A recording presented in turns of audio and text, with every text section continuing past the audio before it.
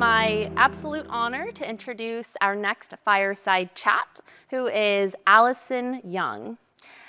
Allison quickly learned the importance of parental support during her childhood in the pandemic.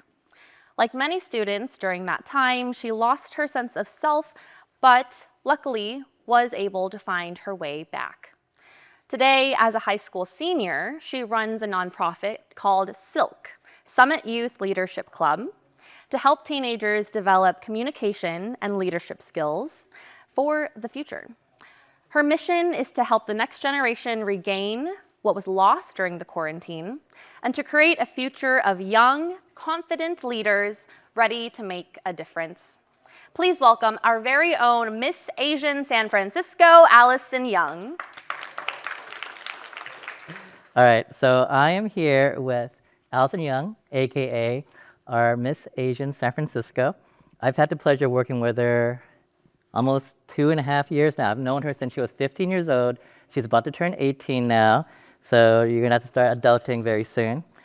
But one of the most interesting things I found out as I was working with Allison over the last about 2.5 years now is how she's had to grow up very similar to how I had to grow up, which I thought was crazy considering we're a whole generation or two apart from each other, and the whole concept of immigrant parents with ABCs. And a lot of our conversations were basically how to help her get through a lot of the questions she had going through here. So it all came down to what it meant to be able to balance what she wanted and what I would say her expectations were. So let me ask you this key question here, Allison. What's your definition of balanced parenting for a child of an immigrant parent? Yeah, of course. Thank you, Francis, for the introduction. I think balanced parenting is something very crucial for the relationship between a parent and their child, and also the child's mental health. I'm going to give a little story, and it'll make my definition a little clearer. I remember I was in 7th or 8th grade, and it was during quarantine, so my mental health was at an all-time low, but I found a way to come back from that. But when I was still in my slump, my grades were dropping, and I was quite literally about to fail my math class. But of course, I was hoping my parents wouldn't find out, but lo and behold, the report card came in the mail, and they found out. So that didn't really work out for me. But it was right after Christmas, and my mom came in because she saw it first, and we got into an argument, of course. But after that, my mindset changed. At first, I really felt like giving up, and I had no motivation. I was just like, okay, I'll fail the class, and that's the end of the story.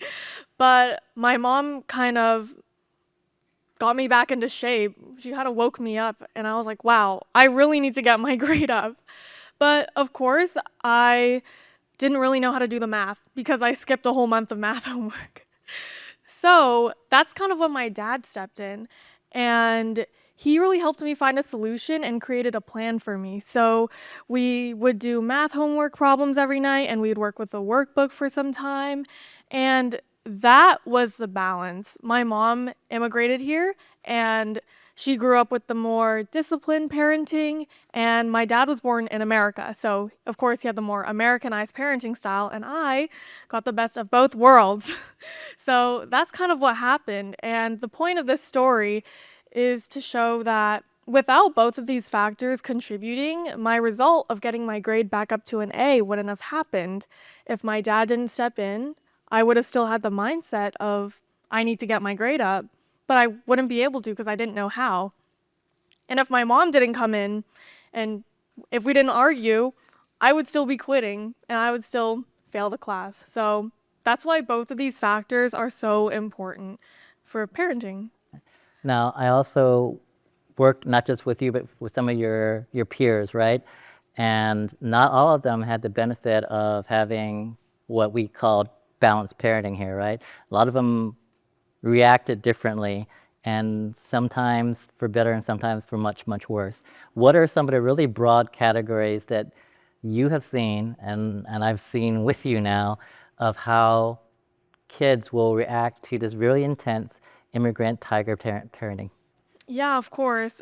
I split these up into three very, very vague categories, but here they are. The first one and the third one are the extremes, and the second one is more of the balanced one. So the first one is when the parents are very strict, they're kind of controlling every aspect of their child's life, and that child grows up with no sense of self and no self confidence because they don't have a voice in the household. So when they go into the real world, they become the stereotypical obedient, quiet Asian worker. Not very beneficial. The middle one is the one I would categorize myself in. I still have a very respectable relationship with my parents, but we get into our arguments sometimes. And the last one is when the parent is so overbearing, their children are really unable to get through to them and connect to them, and they want to leave the house. I actually have a friend who's my age, and we're all off to college, but she quite literally wants to go across the country away from the family. So, of course, that's not a very efficient way to parent either. So I have to ask you then, if this is such a pattern, right, of either so obedient to the point where you have no backbone, or so intense to the point where you almost want to divorce yourself from the family, that's 2 out of 3 that are just literally unhealthy. Why does this intensity still persist generation after generation? Yeah. Well, of course, when parents immigrate, they leave their family behind, their culture behind, their friends behind, everything. And they kind of start fresh in a new country where they don't speak the language, and it's scary. So when they have their children, you kind of become their extension of their culture and their family. So, of course, they want you to succeed. They don't want to see you fail. So their reaction is to actually step in and quote unquote control what you do as a defense mechanism to letting you fail and seeing you fail. But of course, this is what they grew up with too. Their parents probably parented them the same way. So they're just doing what they know and bringing it on to you. And it's because they love us so much, they say. Okay. They say. So then I have to ask you this, because I've seen the results of this. A lot of my generation has been the target, if you want to call it that, or the subject of very intense parenting. And when they have become parents themselves, a lot of my generation has become parents, they may repeat that process, but what I see a lot of times is they go the other direction, a total 180. They become gentle parents. And I've seen this with one of my cousins, how his son talks to him. I would have been killed if my dad saw me talk to him like that. Absolutely just like murdered. But what are your thoughts of this whole, I am going to be the best buddy to my kid. I'm going to be their peer. I'm going to be there and make sure they are supported and not have any dominating force whatsoever. And I'm going to be so soft and supportive of them. What's your thought on this whole concept of gentle parenting that I'm seeing? Of course, only gentle parenting, again, is not very effective because too much of something is never good. You always want to balance. But one thing I want to say is that for parents who never put their foot down in the household, the child might or might not grow up not really having respect for their parents. But my main point is that it's very, very, very important to have foundational values, knowing what's right and what's wrong. And you build that when you're a kid. So it's very important to be more of the disciplined parent when your child is younger.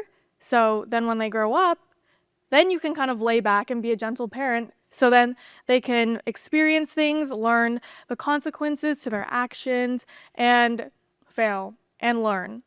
Another thing I want to say is that if you gentle parent your children to when they leave the house, they're going to get in the real world and be like, oh my gosh, this is unfair. No one's gentle parenting me. And that's, if they mess up, that's when it really matters. So it's better to let your children make mistakes when they're younger, and it's okay. They learn from it. I love that, yeah. I want to ask you, what is some of the things that you've learned on how you would want to give advice to either current, future parents, or even to kids out there who are looking for ways to better communicate, to talk with, and to somehow convey to their parents that they are actually also trying to be their own person. What advice would you give these two parties to have a healthier outcome before it's too late? Of course. So, for the parents in the audience, I would say that try your best to understand your teenage children who seem to be rebelling to you. Of course, we're growing up in a different generation, and we have our own struggles, especially maybe with social media impacting our mental health, or it be how competitive colleges are, what major we want to do, how to make money in the future, what job we want. Try your best to understand your children and really listen to them. And for teenagers like me, I would say, your parents are parents for the first time. Again, they're doing this out of love, and it's okay. I would say that for me, it's not worth winning a petty argument, and it's not worth it to mess up the relationship with my parents to win an argument. So I would say, you know what? Take a step back. It's okay. And at the end of the day, your relationship with your parents will still be okay because you guys love each other. Fantastic. We're going to close up our interview right here, but I'm going to throw one more question here out at you. Do you have any advice for, I would say, the people, Gen Z specifically, in this day and era, how they, depending on whatever parents they went through, best go out there and prepare for the world? Because you guys are about to face a world that's not supportive, even probably more competitive than ever, and it's going to be very huge awakening for a lot of the Gen Zs going out who may have been under this whole gentle parenting, potentially even entitled type of upbringing. What advice would you have for your generation as they're about to embark on adulthood finally? Always stick to your sense of self. Always stick to your foundational values, what you grew up with, because at the end of the day, that's who you are. Be confident in yourself. Of course, it takes time to develop that self-confidence, and it takes time to find your goals and your purposes. But once you get there, then nothing can stop you. I love that. Thank you so much, Allison. Thank you for having me.